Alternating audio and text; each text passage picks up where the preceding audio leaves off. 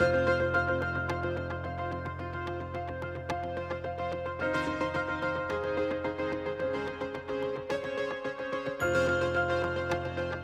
and welcome to Behind the Lens, an inside look at what it's like to gather TV news. I'm Stuart Pittman, Chief Photojournalist for QCN Plus, and I'm glad you're here. Now gird your loins. We're going to get political. They say politics makes for strange bedfellows. You should see the hijinks on the risers. From partisan puffery to endless security sweeps. Covering the campaign trail and where it leads can be a long, hard slog. On the upside, you do get to see democracy in action, bag that Air Force One selfie, and maybe even get blamed for it all. 15 minutes and holding. Yes, you can get blamed for it, but we're not going to lay any blame today. We're going to talk to a couple of experts to let us know just what it's like to cover politics on the local and regional level. Joining us to do that is Turbo Tim Mulliken, photog extraordinaire, and Andy Weber, political correspondent and perhaps the best hair in the business. Andy, how's your hair? Yeah. It's doing well. I conditioned this morning, so Fantastic. I shampooed as well. It's great. Well, as a slightly older man with thinning hair, I don't appreciate that at all. And I just wanted to lay that out there. But we're not here to talk about my hair. We're here to talk about politics. And that's normally a thing we kind of shy away from in television news, in that we attempt to be a mirror on society without interjecting our own political thoughts. Today's discussion is really mostly about the mechanics of covering presidents, politicians. As we looked at the material for this episode, a lot of it really is the campaign trail, because that's when we get the most interaction with the candidates.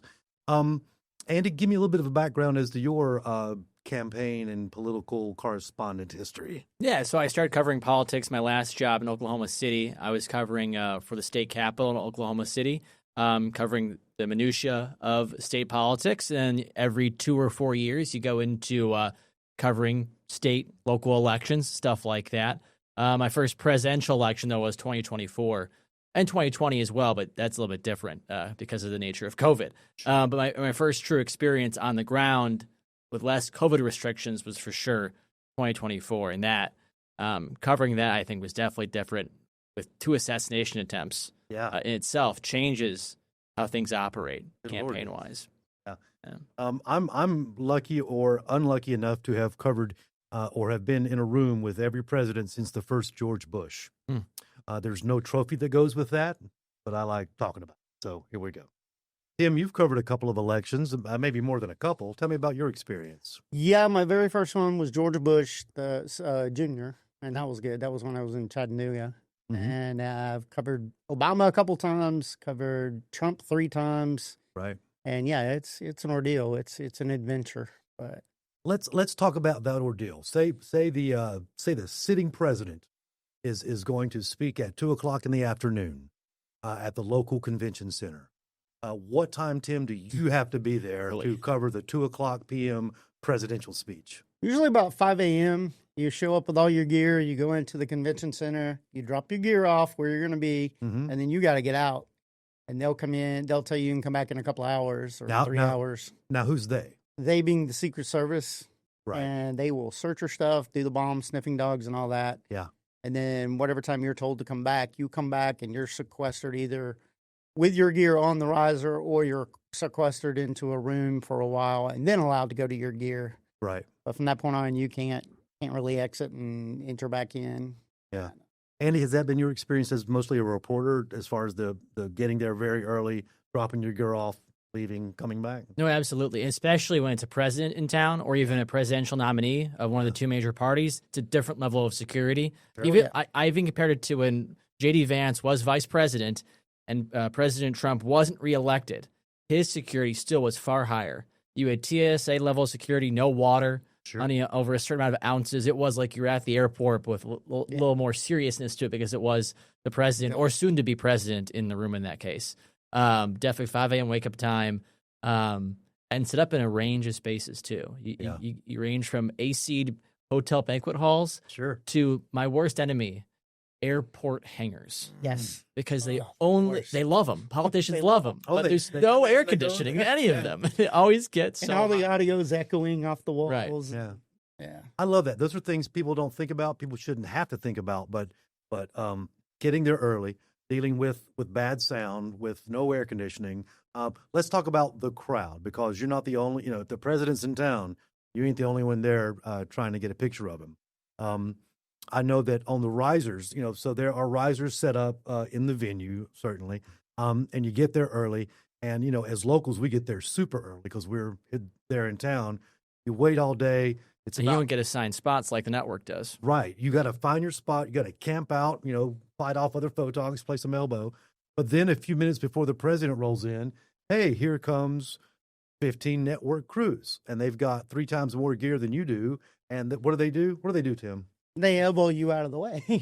Or they get right in your way. Usually in front of you is usually Yeah. how Usually in right front of in front of you you. and- Right. They plot Technically, their- we're supposed to have 2 risers. One is to put the gear on, and then one is to stand on. That way, if you shift, the Yeah. gear doesn't shift.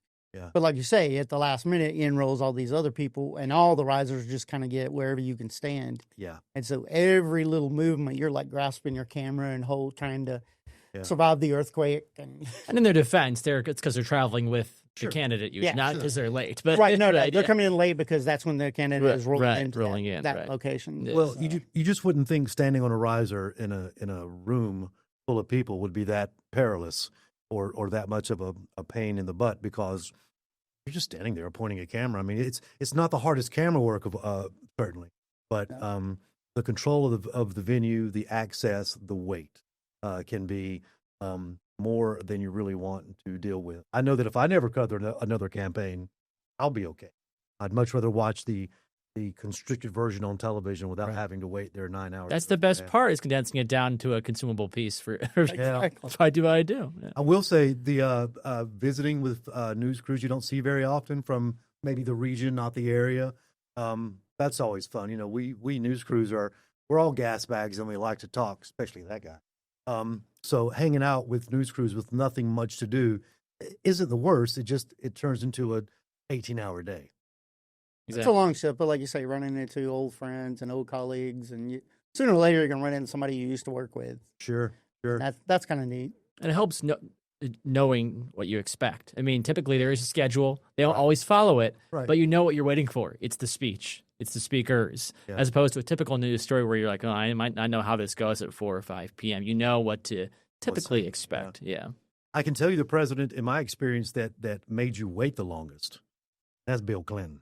Bill Clinton would roll up 5 hours late. I remember sitting at the Kinston Indians Stadium for hours waiting on Bill Clinton. He was the president at the time. I can't tell you why he was late. All I remember is everyone waiting and getting kind of irritated about it.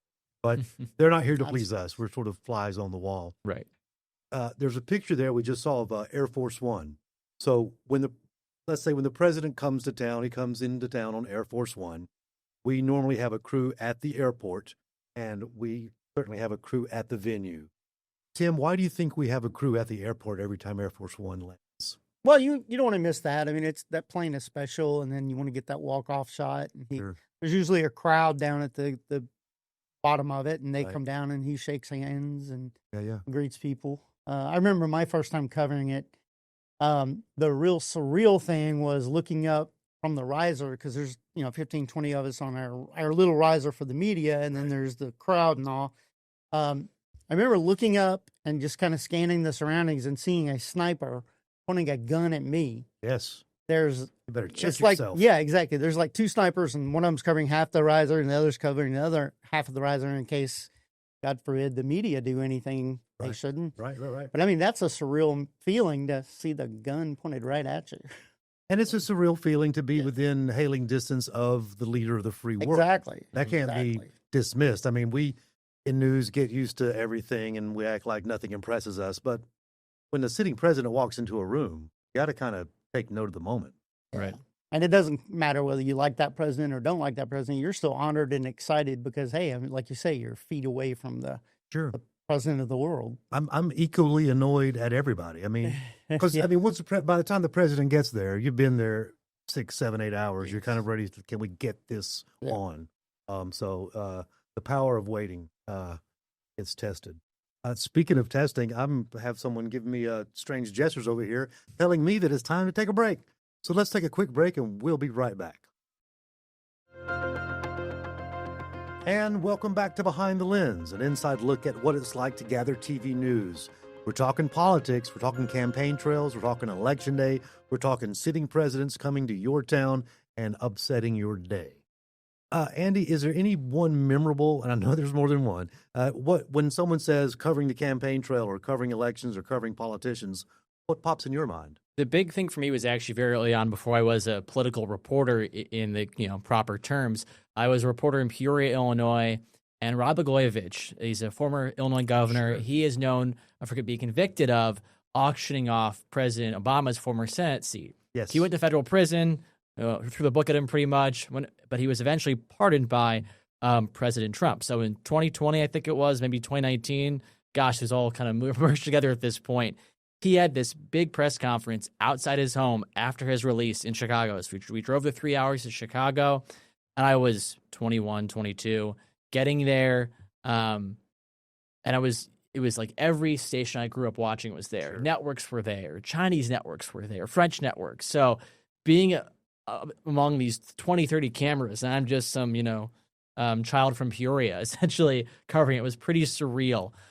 He himself arrived a few hours late to a press conference outside his own home, right. Which was an interesting experience. They call it Blago time in Chicago, apparently.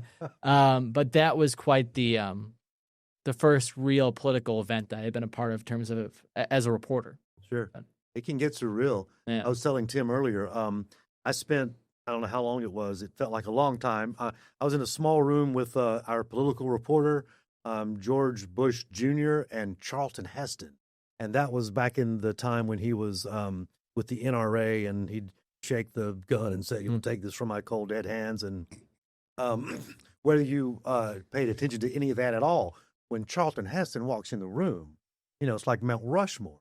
And I remember the room was small, and I was just on the peripheral, but I remember being afraid to talk to him. He cast such a presence that I kind of locked up and couldn't talk to him. And that's not that political, but you never know what may walk through that door, because you're given access to world leaders that no one else gets. No one gets to loiter around and interview someone that globally known. And I think we take it for granted. Tim, is there anything pops in your mind when you think of politics and covering politicians?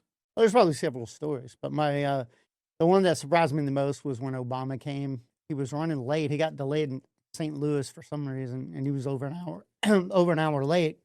So he came in and did his spiel at this warehouse. And when he got done and doing the tour or whatever, he came over. We were usually 30, 40 feet away, and we're never any closer to the actual president. And he came over to the media to apologize. And he came within like 10 feet of us, sat down. And it wasn't like he sat down at the head of a table. It was like he just sat down and just started talking to us and apologized to us for being late. That is good media training. Yeah, very good media training. But I actually got to say hi, and he said hello to me too as well. So that was kind of a neat experience. I'll bet. It doesn't happen all the time. No, because there can be some political events that you go to, and there was nothing interesting that happened the entire 12-hour time you were there. This is true. And same stump speech. Oh my God. You heard it 3 hours ago in Gastonia. When John McCain was running for president, all I remember is his speech, having heard the same speech several times. Bill Clinton came once for Hillary Clinton when she was running, and he told a story that seemed familiar that I remember, 10 years earlier. So if you're a political junkie like I assume you are, Andy, then it's full of intrigue.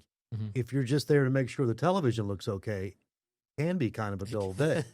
Photogs can get a little bit grouchy sometimes if you're in the wrong venue, or if it can be just the same old boring speech. But talk to me about the photogs at a political event, because you're a reporter.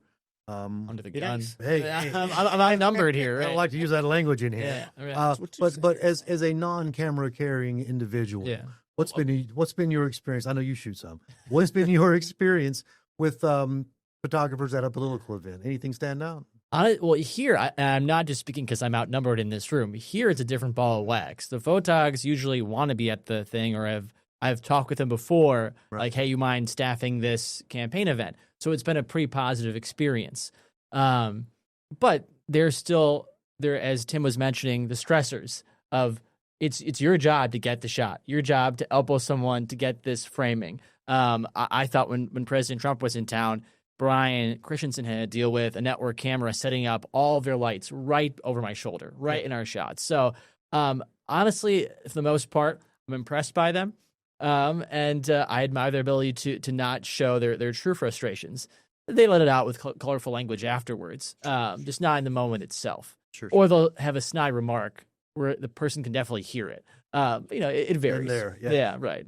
It can be an intimidating environment when the Globe's politicians and media elite roll in. Mhm. In 2012, we had the Democratic National Convention here in Charlotte. It was when Obama was running for his second term. It was a week of absolute madness at the Coliseum. But on the That's where it was. It was the Coliseum. Or is it at sorry. Spectrum? That Spectrum. Okay, that Sorry, makes a sorry, lot more sorry, sense. sorry. Coliseum. It was at No Spectrum offense to Center, Bojangles, but that'd be but quite the Spectrum big, Center was That would be different. That's a big difference. big difference. Yeah. At any rate, on the last night, the only people allowed in the building besides the keynote speakers, who was Michelle Obama that night, was the media, and you had to go through several different checkpoints of security, and with every one, the crowd got more famous. At one point, I could have taken Katie Couric and Jesse Jackson and knocked their heads together because they're right beside me. Yeah. And that was just a star-studded is the wrong word, but I've never seen so many one-word named celebrity journalists in the same room. Besides that, that was amazing just to be in that room. You kind of felt like I don't belong here. I'm sort of over my head. I'm waiting for someone to escort me out. So far, I haven't been escorted out. Have you been escorted out, Tim? I have not been escorted out. No, thank God. I think escorted out would also result in potentially a job loss. Yeah, It'd get back to the higher ups, I feel, if you were escorted out of a presidential appearance. Yeah. that's not being shushed in a school auditorium, is It's it? not the same thing, right? Yeah. No, I try to get in and get out without getting in trouble. And we're back to Behind the Lens, an inside look at what it's like to gather TV news. I want to thank Andy Weber, political reporter, and photographer Tim Mullican for giving us some insight on what it's like to cover politics. Now, however, we're joined by Jenna Pinto, another esteemed photojournalist. Hello, Jenna. Jenna, you haven't been doing this as long as I have, and that's a compliment, but you have covered your share of political events. Lots of them, especially when I lived in Florida. What'd you cover there in Florida? Everything. Florida is a powerhouse for politics. Yeah, Lots. Everybody wants to go through Florida. And I grew up in Iowa, which is also a huge powerhouse for politics. So, yeah, kind of born and raised in it. Yeah. Once you got into it, was it like what you thought it would be? Was there a big surprise to you when you first covered your big political campaign stop? I mean, I started my career right at the 2016 campaign. So Yeah. that was a big one. And I got to go through college in the one prior than that, which was also a really, really big campaign. So I feel like I've kind of lived in the epitome of campaigning, and when people really started to like push that a lot harder, and Right. media coverage kind of ramped up a little bit on that as well. What's it like? We spoke in our earlier segments about how long it takes to get set up, and you have Yeah. to get there half a day beforehand and go through security, and you do an awful lot of waiting. A lot of news crews, when they wait, they just either stare at their phones or talk to the few people they know. I know you a little better than that, and I know you're probably working the crowd. I'm a chatty Cathy. I Chatty like to talk to Cathy. people. Trying to maybe, but you're not just chewing the fat. What is it you're doing? It's the best networking opportunity. I mean, not just from a local perspective. I've gotten jobs from political coverage before. I've met, future chief photojournalists from that stuff. And just like meeting people and schmoozing them a little bit, it helps you out because campaigns are not a one-off, right? Like you're gonna go to multiple campaigns. You're gonna see multiple people multiple times. Sure. And there are days where we run out of this or we run out of that, or our cables go bad, or Oh. something goes wrong, or oh my gosh, that network guy in front of us is just a little taller than what I thought he was going to be. And I didn't bring a box for my reporter to stand on. And so those Right. are those moments where that schmoozing, it starts to work out in your favor, because then you can go, hey, man, I'm so sorry. Is there any way that I could borrow your Apple box? Or is there any way that I could borrow that BNC cable that you have? Sure. I see you have, a couple things plugged into that outlet. Is there any way that I could unplug one of yours to plug something in for me? And that schmoozing works out really, really good. It works out for security too. Yeah. Yeah. Because like they love to kind of corral you, Mm-hmm. and sometimes it's just a power trip, right? But yeah, schmoozing works out in your benefit. When you're nice to them, then they're nice to you. I think that's a good lesson anywhere you go, no matter what it is you do for a living. But I know that competing news crews have saved my bacon more times than I'm willing to admit. Yes. And it's always just a great thing to experience, especially because your bacon's being saved. Who doesn't like saved bacon? And just like the camaraderie, it's so nice to that you're all equally in the same Right. crud together. So you kind of have to be friendly. Now there are times, I will say, I know when to pick my battles Sure. most of the time. And I have actually gotten in some fights with some photojournalists before, but it's mostly because everybody, like a scrum, right? When everyone is all jumping up together. Right. I'm a woman. I'm a little bit smaller. They like to send the big guys, right? Because they're easier to overpower. They do. And so I've kind of had to like muscle in before. I've had some people kind of push me around a little bit, Uh-huh. and I have stood my ground. You've covered a lot of different things, a lot of very visual things. Politics isn't that visual. I mean, it's not No. the greatest thing to drag a TV camera to. No. What would your advice be to people who have yet to experience it, younger news gatherers who are about to wade into politics? What would you tell them? I think that when you go into photojournalism in general, emphasis on journalism, you recognize that sometimes I've done some beautiful stories, some Sure. very beautiful, important stories, but there are sometimes important stories that aren't beautiful. That doesn't change the lack of importance for them. Right. So politics, especially holding like the higher ups accountable, making sure that people who are going to be voting are informed on what the policies that those candidates are like standing on. Like that's important. And it's a fairly important public service. yeah, it's not beautiful though. It's not beautiful, but it is important. And so it's nice to like, there are days where I'm going to get those really, really beautiful stories. Mhm. And then there are days where I'm going to do those really important stories, and the balance is important. It is, and I can't think of a better note to end on, because for all the inconvenience for the news crews, that's something the viewers shouldn't have to even think about. They should just watch the news and receive the information and make whatever decision they want. Yeah. I See- think that new people coming in too, it's hard.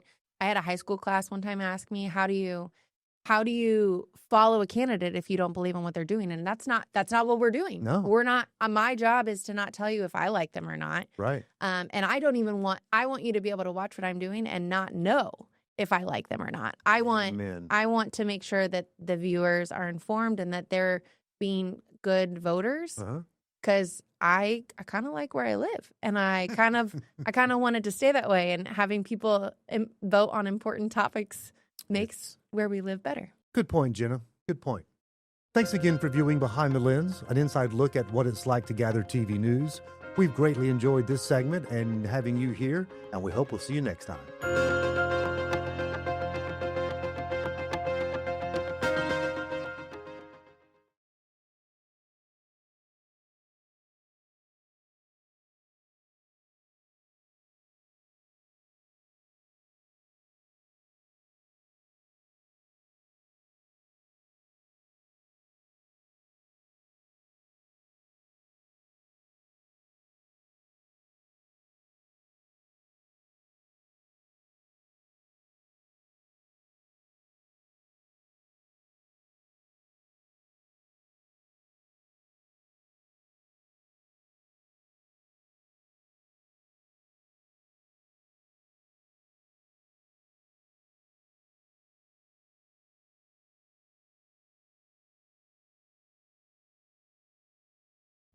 Queen City News Plus. Just search Queen City News on your smart TV's app store.